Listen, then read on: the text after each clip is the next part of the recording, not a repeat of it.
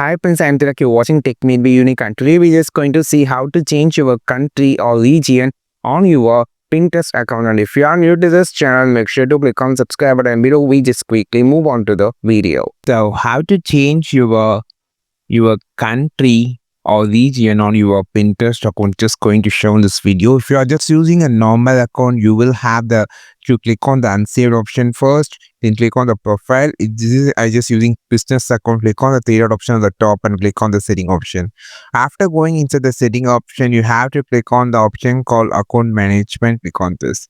After clicking on the account management, you have the option called personal information. Click on this. After clicking on the personal information, you have to click on the option called country or region. Click on this.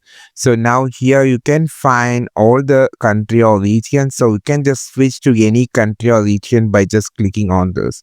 This is the way that you can just change your country or region on your Pinterest account on your mobile application. I think this video helped you a lot. Like this video, share this video, subscribe this channel. We will meet our next video with this super valuable content. This is Tilak signing off from Tech Made by Unique. Have a wonderful, most beautiful day.